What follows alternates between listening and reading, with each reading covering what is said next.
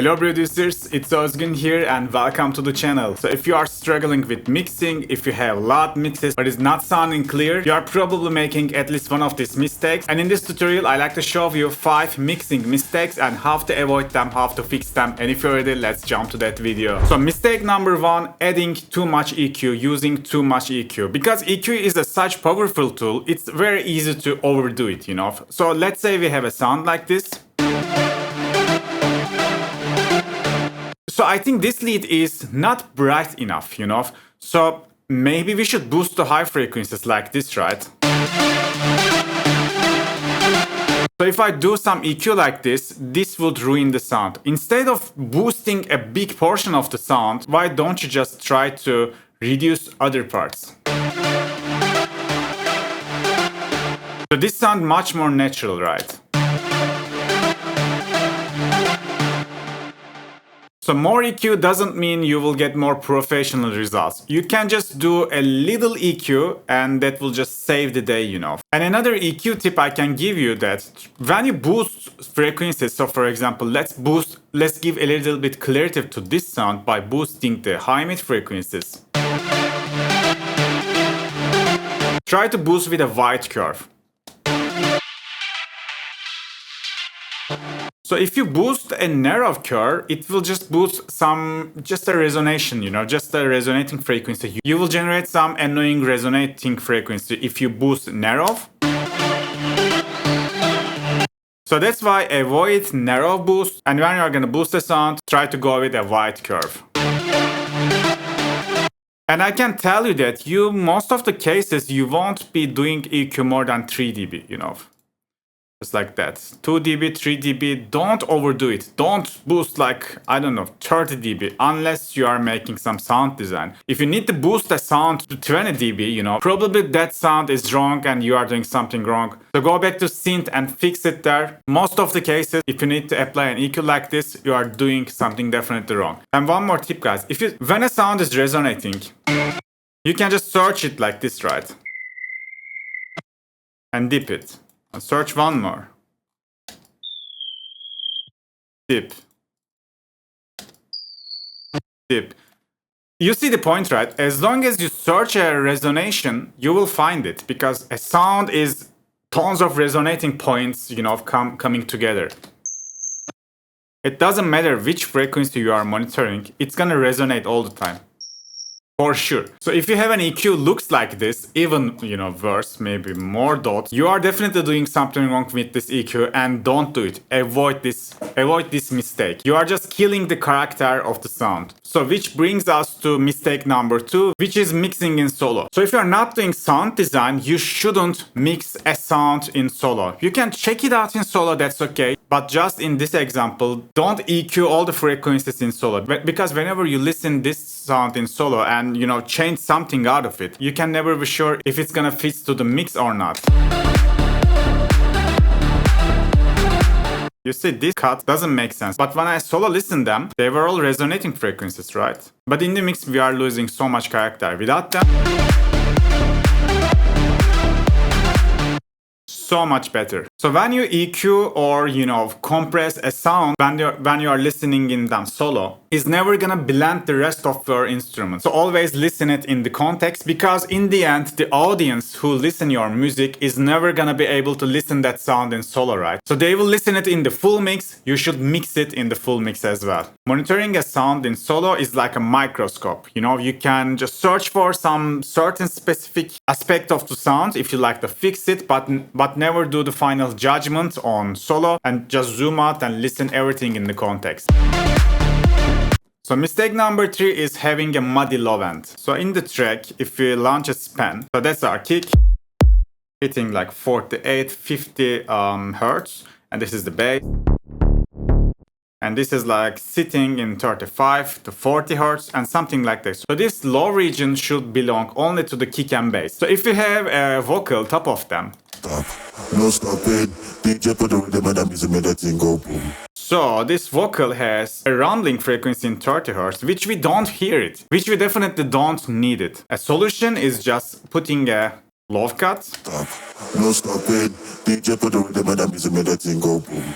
So much better. Now we get rid of the low rumble frequencies. You will have a little bit rumble no matter what, because EQs are not working like that. You cannot cut it exactly, but you can lower it as much as you can. You can get rid of the rumbling frequencies that, doesn't serve the sound in a good way. And for example, we can go to the steps playing with the same time with kick and bass. If the steps doesn't have a low cut, in the span we can see it already sounds like a bass, right? So let's say we got a vocal without a low cut and a steps without a low cut. See how muddy the low end is gonna become. No stopping, DJ put the rhythm and the music made the thing go boom. No stopping, DJ put the rhythm and the music made the thing go boom. No stopping. And now let me activate the low cuts and you are gonna see how clean it's gonna be. No stopping, DJ put the rhythm and the music made the thing go boom. No stopping, DJ put the rhythm and the music made the thing go boom.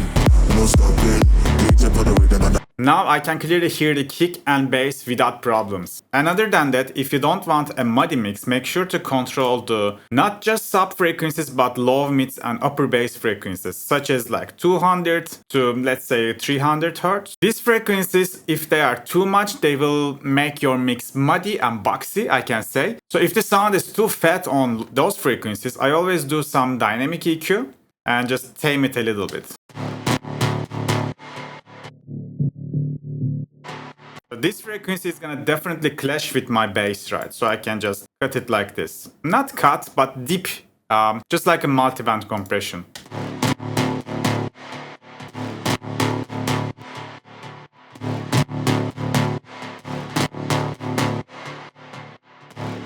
And again, when you make a decision like this, always monitor this sound. Check if this move makes sense with the full context. At least listen it with the kick and bass.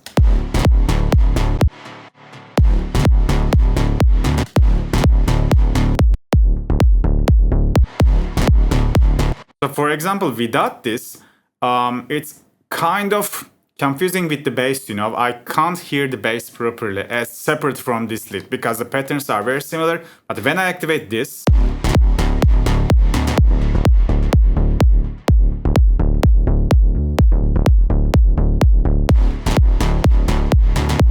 so much better. So mistake number 4 is obviously adding too much reverb to the sound. So I know reverb sounds so cool, it puts a sound in a different ambience. But if you overdo the reverb to all of the sound, you will end up with a very, very wet, blurry mix, I can say. So try not to overdo it and try to have a shorter decay time. If your BPM is getting faster, try to lower the decay time to avoid a blurry mix down. So let's add some reverb to this step. So that's pretty okay. Maybe we can activate a little bit low cut and a little bit more high cut. So I can then maybe push a little bit more decay. Decay means how long the reverb is gonna take.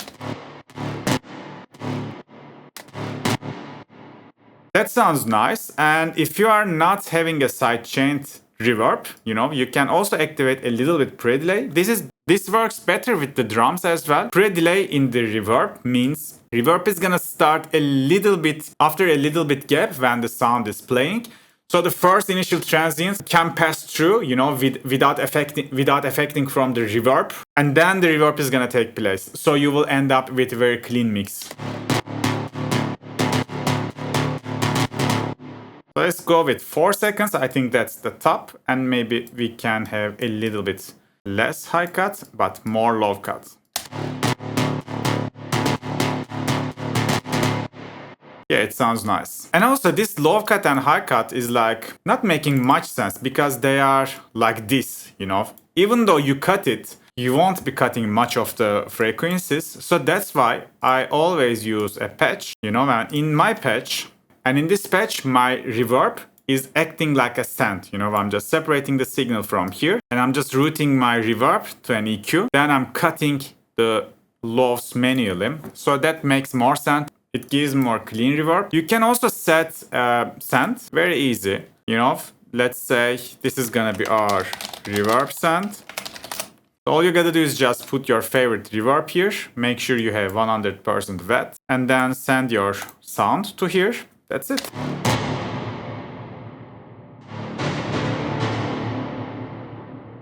And then you can do a low cut, how much you like it.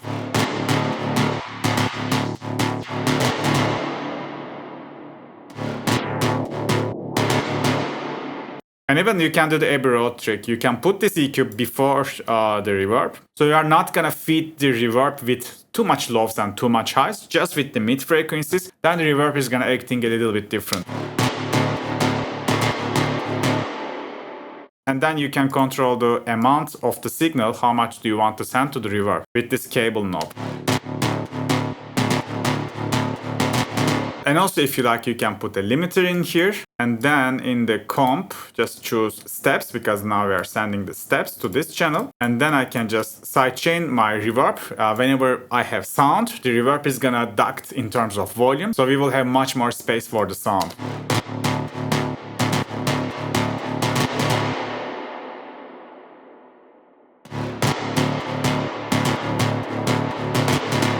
And then I don't need pre-delay because I'm just handling it with this limiter.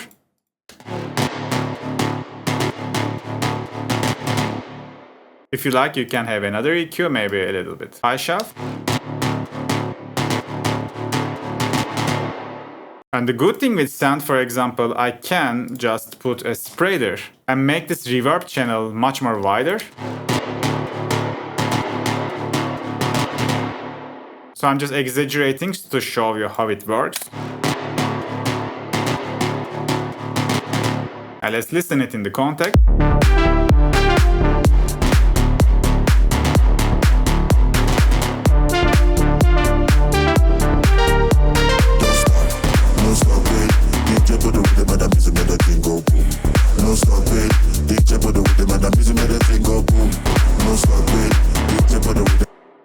It sounds nice. And let's go to the final mistake number 5, which is frequency masking. So I think this track is a very nice example to demonstrate it. We got vocals and at the same time we got steps, you know, the drop step sound. And they are playing at the same time, right? So if you check it with span, they are occupying the same frequency. That's the vocal.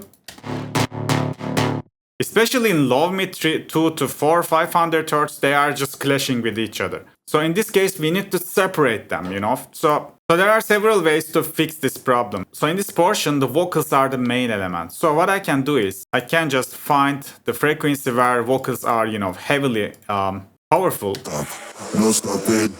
Which is like this, 200 to 500. And I can just deep those frequencies like this. 200 is here, just to mark it. 500 is here. Okay, so I'm gonna just dip this area like this in the steps. No stopping, DJ put the rhythm and the music made that thing go boom. No stopping, DJ put the rhythm and the music made that thing go boom. No stopping. Check it with and without. No stopping, no stopping. You see how vocals are clear now? We can easily hear it, we can easily understand it. It's not clashing with the steps anymore. So that's one way to fix it. The second way, you can add a patcher, and there's multi-band sidechain function in here. So don't be scared with this screen. All you gotta do is just route the vocal to steps, but not send the signal, just connect the channels. And just right click FL Studio, in audio, activate Vox, because we just connect the Vox channel in here and then connect this to here. That's it. Now this plugin is just gonna find the clashing frequencies, and whenever vocals are singing, it's gonna just dip only the clashing frequencies from the steps channel. Just do it like this. No stopping. Let me exaggerate so you can hear the effect better. No stopping, DJ put the rhythm and the So it's just completely destroyed the step channel. no stopping, no stopping, DJ put the rhythm. So just find a sweet spot. No stopping, DJ put the rhythm and the music made. I think this is nice. So good thing with this, when there's no vocal, there won't be any effect. So with this EQ, we need to put an automation. When there is no vocal, we need to put it like this in order to still maintain the power, you know, the character of the sound, not to destroy the vibe of it. So this patch is doing it automatically. When there's no vocal, there won't be any effect. But when there's vocal, No stopping, we will hear the effect. So let me exaggerate again. The channel is untouched. When vocals are singing, No stopping. DJ put the it pushed the sound a lot off to the back. So just find a sweet spot and that's it. no stopping. No stopping. And again, don't do it with solo, just hear it with the full context. No stopping. DJ put the rhythm and the music made the thing go boom. No stopping. DJ put the rhythm and the music made the thing go boom. No stopping. DJ put the rhythm and the music. So guys, all the mistakes and even more are explained very deeply in this ebook by O5 Sounds. You know, in the channel we did many collaborations with O5 Sound. I always love their work. So they just released this ebook, All You Need to Know About Mixing. It covers tons of stuff about mixing, more than 300 pages. So good thing with this ebook, it gives you a workflow of tips and tricks, you know, showing the mistakes and how to fix it. So if you like to check it out, I'm gonna put a link to the description. If you grab this ebook from that link, you can also support the channel. So very soon I'm gonna finalize and finish this new studio, and I'm gonna post a very detailed vlog about how I'm building this studio, how to make, you know, acoustic treatment and such stuff. So if you don't want to miss it out, keep tuned to the channel, turn on notifications, and don't forget to like the video again to support the channel. Today that was it, guys. See you on the next video. See you. Bye bye.